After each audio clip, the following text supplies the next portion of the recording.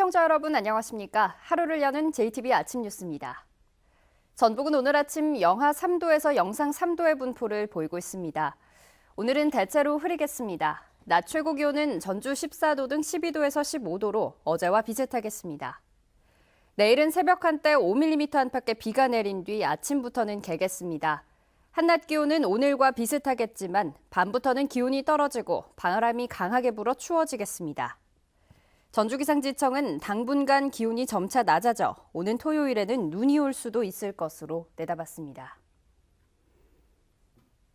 새만금에 투자하기로 협약 맺은 기업들이 줄줄이 투자를 보류하고 있습니다.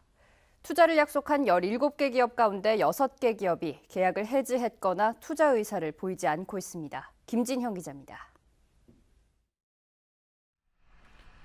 지난 2015년 중국의 태양광 업체가 3천억 원을 투입해 새만금의 태양광 발전 시설과 태양광 발전 설비 공장을 짓겠다고 약속했습니다.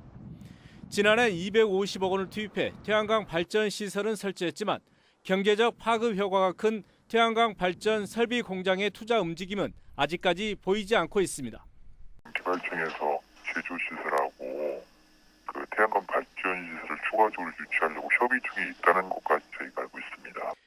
지난 2015년과 지난해 새만금에 투자를 약속한 기업은 태양광과 냉동식품, 합성가스 업체 등 모두 17곳, 군산시는 중국 등 외국 업체를 포함해 모두 6개 업체가 투자를 보류한 것으로 파악하고 있습니다. 6개 기업이 투자를 약속한 금액은 모두 2조 원이 넘습니다. 투자 보류가 잇따른 데는 새만금 개발청과 전라북도, 군산시가 투자 유치에 급급한 나머지 투자 의지와 여력 등을 파악하는 데 소홀했기 때문입니다. 그 업체에서 하다 보면 여러 상황이 있다 보면 빠져나가는 경우 이런 부분도 분란이 있어요. 쉽게 이렇게 검토를 안 할 수도 있어요. 유치에 주력하라 보더라 보면. 군산 조선소 가동 중단과 GM 군산 공장의 철수설 등 악재가 잇따른 가운데 투자를 약속한 기업들마저 줄줄이 발을 빼면서 지역 경제 침체가 더욱 깊어지지 않을까 우려가 커지고 있습니다. JTB 뉴스 김진영입니다. 전라북도가 무인 항공기, 즉 드론으로 공유지 불법 점유 실태를 감시하는 체계를 만들기로 했었는데요. 수억 원을 들이고도 단속 실적이 없어 예산 낭비 논란이 일고 있습니다. 권대성 기자입니다. 소형 무인 항공기인 드론이 하늘로 힘차게 솟구칩니다. 전라북도는 지난해 국토정보공사와 함께 드론을 이용해 공유지 사용 실태를 감시하는 체계를 구축했다고 밝혔습니다. 국가와 지방자치단체가 소유한 땅인 공유지를 누군가 무단으로 쓰고 있는지 드론으로 촬영해 확인할 수 있다는 겁니다. 지난 1년 6개월 동안 27차례에 걸쳐 촬영한 면적은 축구장 52개 크기인 37만 제곱미터. 하지만 무단 점유를 밝혀내 과태료를 부과한 건수는 한 건도 없는 것으로 나타났습니다. 드론으로 촬영한 사진의 정밀도가 떨어져 실제 지적도와 비교하기 힘들었기 때문입니다. 조금만 각도가 틀어져도 하늘 높은 데서 찍기 때문에 이게 편차가 생겨서 단순 사진 자료만 가지고는 이거를 업무에 활용할 수가 없는 상황이거든요. 현장 조사 인력과 예산을 절감하고 임야 등 직접 조사가 어려운 공유지 감시의 효율성을 높일 거라는 기대 효과가 무색해진 셈입니다. 8억 원이 들어간 사업이 예산만 낭비했다는 지적이 나옵니다. 사업 취지는 좋았으나 철저하게 검증 단계를 거치지 않고 단순 국가 공모 사업의 실적에만 치우치다 보니 혈세가 낭비된 것입니다. 사업 성과 논란에도 드론을 이용한 공유지 감시 사업은 올해 부산 등 3개 시도로 확대됐습니다. JTB 뉴스 권대성입니다. 익산 미륵사지와 왕궁리 유적이 유네스코 세계유산으로 등재된 지 2년이 넘었습니다. 그러나 관광객을 끌어들이기 위한 볼거리와 즐길거리는 여전히 부족하기만 합니다. 보도에 송창용 기자입니다. 지난 2015년 7월 유네스코 세계유산으로 등재된 익산 미륵사지입니다.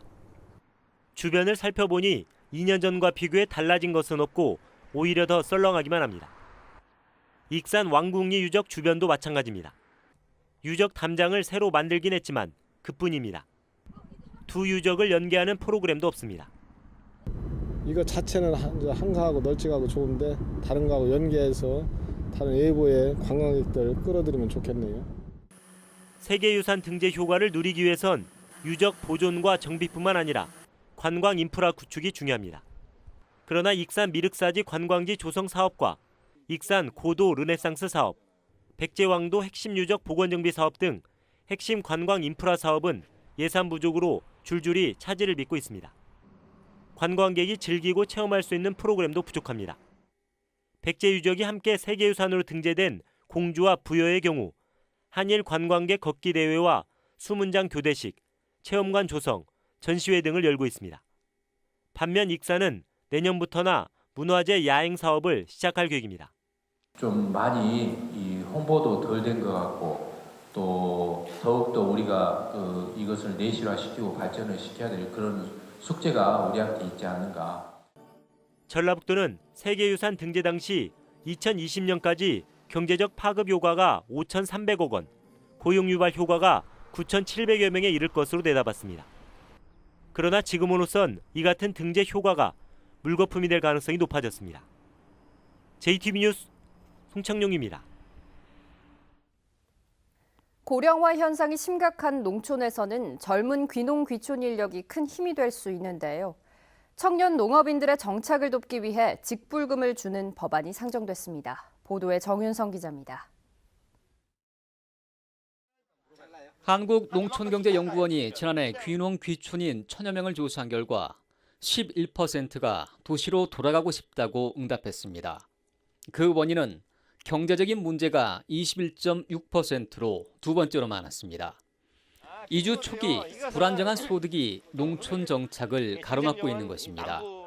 시골에 오면 또 그 일자리가 없잖아요. 일자리가 그 엽기하는 사람들이 그런 경제적 여건도 그 경제적 것이 생활고 때문에 제일 크고.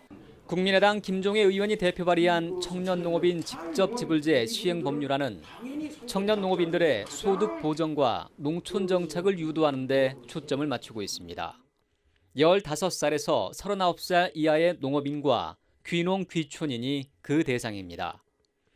일반 지역과 조건 분리 지역의 농업소득, 생산성 격차 등을 고려해서 지급 단가가 결정됩니다.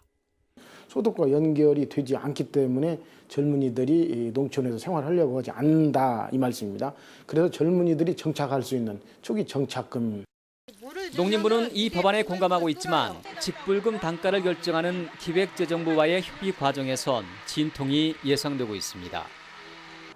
직불금을 지급하는 귀농, 귀촌인의 자격과 그 범위를 어떻게 정할지가 법안 심사 과정에서 주요 쟁점이 될 것으로 보입니다. JTB 뉴스 정윤성입니다.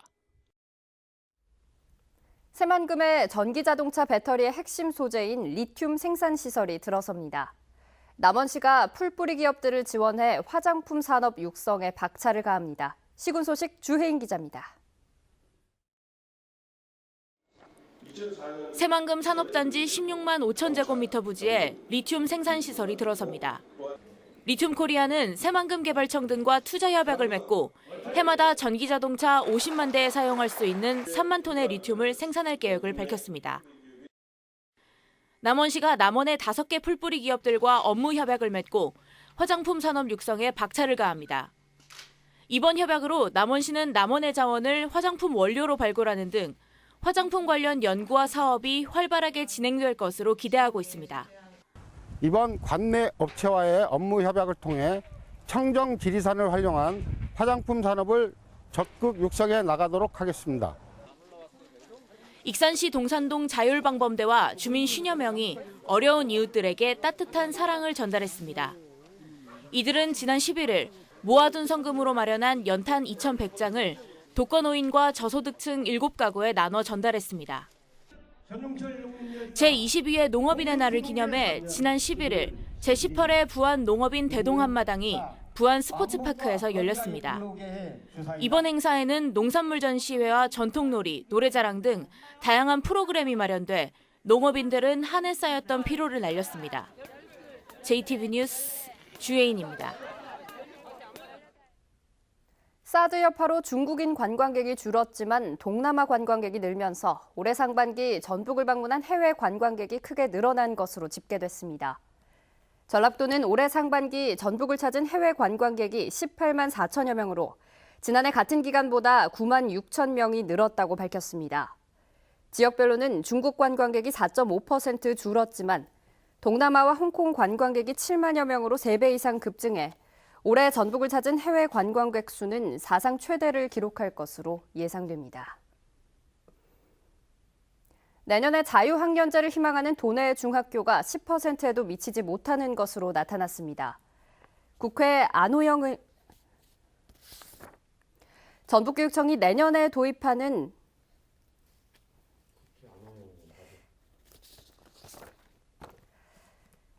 내년에 자유학년제를 희망하는 도내 중학교가 10%에도 미치지 못하는 것으로 나타났습니다. 전북교육청이 내년에 도입되는 자유학년제 희망학교에 신청을 받은 결과 도내 209개 중학교 가운데 13곳만 참여 의사를 밝혔습니다. 자유학년제 신청이 저조한 것은 체험활동의 인프라 부족, 교사 업무 부담 가중, 도교육청의 소극적 자세가 원인으로 꼽히고 있습니다. 전국적으로는 전체 중학교의 절반가량인 1,500개 중학교가 내년부터 자유학년제를 운영할 계획입니다. 전북대 교수회가 총장 선출 방식을 직선제로 전환하자는 데 의견을 모았습니다. 전북대 교수회는 이달 초 실시한 총장 선출 방식 전환에 대한 의견을 묻는 투표에서 직선제 찬성률이 96%로 집계됐다고 밝혔습니다. 전북대 교수회는 직선제 선호도가 압도적으로 나타난 만큼 대학 본부 측의 학칙 변경을 요구할 예정이어서 내년 9월 전북대 총장 선거는 직선제로 치러질 전망입니다. 군산시가 어획량 감소 등으로 어려움을 겪고 있는 어청도 주민들을 위해 어촌 관광 활성화 대책을 추진합니다. 군산시는 5억 원을 투입해 어청도의 경관 개선 사업을 추진하는 등 어촌마을 고유의 자연경관과 문화자원을 활용한 관광 사업을 검토하고 있습니다. 군산시는 또 어청도 여객선 운임비 할인 대상을 군산 시민에서 전북도민으로 확대해 어청도 방문을 유도하기로 했습니다.